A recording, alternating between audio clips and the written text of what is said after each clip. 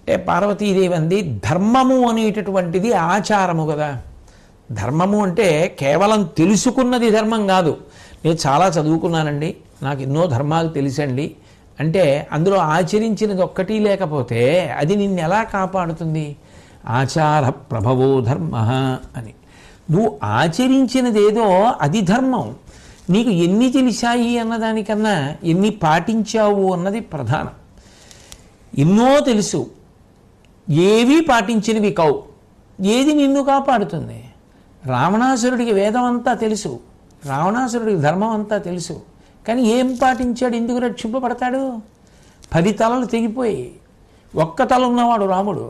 రామో విగ్రహవాన్ ధర్మ, ధర్మాన్ని పట్టుకున్నాడు, రక్షింపబడ్డాడు.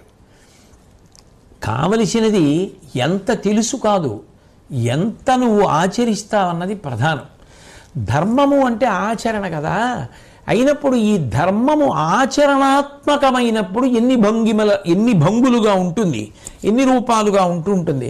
ఆ ధర్మస్వరూపం గురించి నాకు వివరించండి అని అడిగింది పార్వతీదేవి. అడిగితే శంకరుడు 5 రకాలుగా ఉంటుంది ఈ ధర్మము ఆచరణాత్మకమైనప్పుడు. అందులో వర్ణాశ్రమములను బట్టి పాటించేటటువంటి ధర్మము ఒకటి.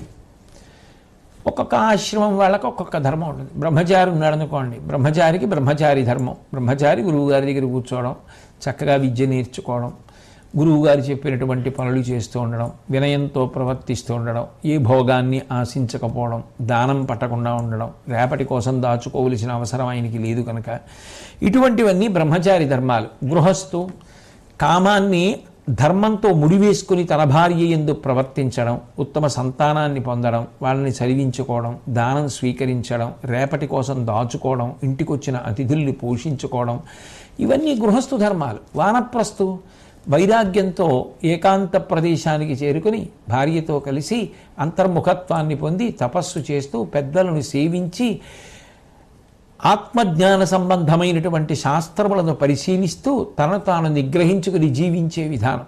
సర్వసంగ పరిత్యాగం అన్నిటికన్నా చిట్ట చివరి ఆశ్రమం, తురీయాశ్రమం, 4వ ఆశ్రమం. ఒక్కొక్క ఆశ్రమానికి ఒక్కొక్క ధర్మం ఉంది. ఒక ఆశ్రమంలో ఉన్నవాడు ఇంకొక ఆశ్రమంలో ఉన్నవాడు ఇలా ప్రవర్తించడం.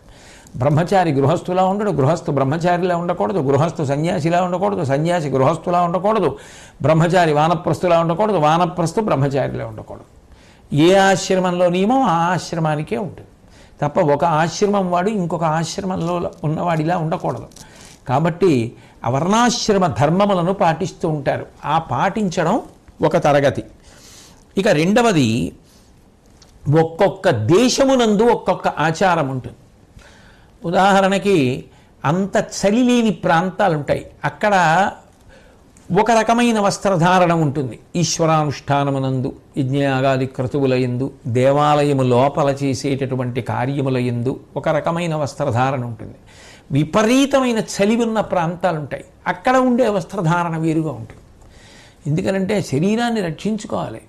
ఎక్కడో దక్షిణ దేశంలో ఉత్తరీయం ఒకటి వేసుకుని శివాలయం లోపలికి వెళ్ళి అభిషేకం చేశామండి, ఇక్కడేమో చొక్కా వేసుకున్నారు, దాని మీద ఉన్ని బట్టలు వేసుకున్నారు, ఆ పైన శాలువా కప్పుకున్నారు, తలకు ఒక పెద్ద టోపీ పెట్టుకున్నారు. అదేమిటంటే అలా పెట్టుకోకపోతే వాళ్ళు ఎలా ఉంటారు? అక్కడ విపరీతమైన చలి.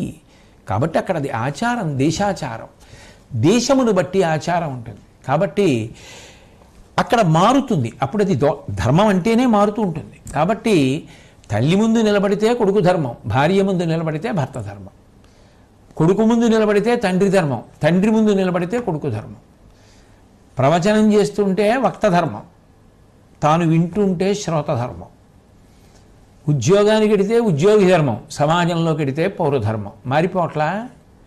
ఇది అంతే.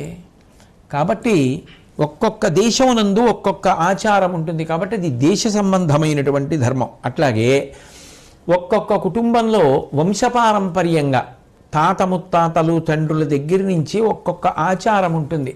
మా ఇంట్లో ఇట్లా చేస్తామండి, మా ఇంట్లో పెళ్ళి అయితే ముందు ఇలా చేస్తాం అని ఒక్కొక్క కుటుంబంలో ఒక్కొక్క ఆచారం ఉంటుంది. అది కుటుంబపరమైనటువంటి ఆచారం, ఆ ధర్మం. దాన్ని కులధర్మము అని పిలుస్తారు. అలా కుటుంబంలో పరంపరాగతంగా వాళ్ళు అనుష్ఠించే ధర్మం అది.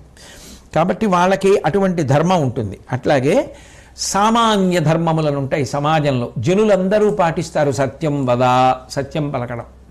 అట్లాగే అహింస చేయకుండా ఉండడం, అదే అహింస చెయ్యడం, హింస చేయకుండా ఉండడం. అహింసా పరమో ధర్మ, అందరూ అహింసని పాటించడం, హింస ఎవరిని బాధ పెట్టకుండా ఉండడం, సంతోషంగా అన్ని ప్రాణులు ఉండాలి అని కోరుకోవడం. ఇటువంటివన్నీ కూడా సామాన్య ధర్మములు, అందరూ పాటించేటటువంటి ధర్మములు. అవి జనసామాన్య ధర్మములు అని పిలుస్తారు. ఇక శరీరం యొక్క స్థితిని బట్టి ధర్మం మార్చుకోవాల్సి ఉంటుంది ఒక్కొక్కప్పుడు. దాన్ని ఆపద్ధర్మం అంటారు. ఆయన ప్రతిరోజు తలస్నానం చేసి శౌచాన్ని నిలబెట్టుకుంటూ ఉంటాడు. కానీ ఒళ్ళు కొంచెం వేడెక్కింది, పడిశం పట్టింది, తలస్నానం ఒక 4 రోజులు చేయకండి అన్నాడు వైద్యుడు. ఇప్పుడు ఆయన తలస్నానం చేయడం మానేసి కంఠం వరకే స్నానం చేస్తున్నాడు. అయినా కూడా ఎందుకో జ్వరం తగ్గలేదు. వైద్యుడు కంఠం నుంచి కూడా నీళ్లు పోసుకోకండి అన్నాడు. ఆయన నడుం నుంచే ఒళ్ళు తడుపుకున్నాడు, జ్వరం తగ్గిపోయింది. ఇప్పుడు మీరు ఆరోగ్యం పొందారు అన్నాడు వైద్యుడు. మళ్ళీ తలస్నానం చేశాడు. ఇప్పుడు అనారోగ్యంగా ఉన్నప్పుడు, శరీరం సహకరించినప్పుడు ఆయన నిత్యం పాటించే ధర్మాన్ని మార్చుకున్నాడు, ఆచారాన్ని. అది ఆపద్ధర్మము అంటారు. అంతేగాని అది అన్ని వేళలా చేసేది కాదు. ఇక కుదరనప్పుడు కొంతవరకు తగ్గించుకుంటారు. అలా తగ్గించుకోవడం శాస్త్రమే అంగీకరించింది. అంతేగాని అన్ని వేళ నువ్వు ఏమైపోయినా ఇలాగే చేయాలనవు. పరిస్థితిని బట్టి మారుతుంది. కాళ్ళు కడుక్కుంటే చాలంది ఒక్కొక్క స్థితిలో, అంత అనారోగ్యంగా ఉంటాయి. అది కూడా చేయలేవంటే భస్మ చల్లుకుంటే చాలంది. అది కూడా చేయలేనంటే గోవిందా అను, గోవిందీతి సదాస్నానం అంది. ఎప్పుడు ఒంట్లో శుభ్రంగా ఉండి, అదేంటి ఆరోగ్యంగా ఉండి అప్పుడు మాత్రం గోవిందా అంటాను, స్నానం చేయనంటే కుదరదు. అంత శరీరము సహకరించినప్పుడు గోవిందా అని ఊరుకుంటారు. అది ఆపద్ధర్మము అంటారు. కాబట్టి పార్వతి ధర్మము ఈ 5 రకములుగా ఆచారం అవుతుంది. అంటే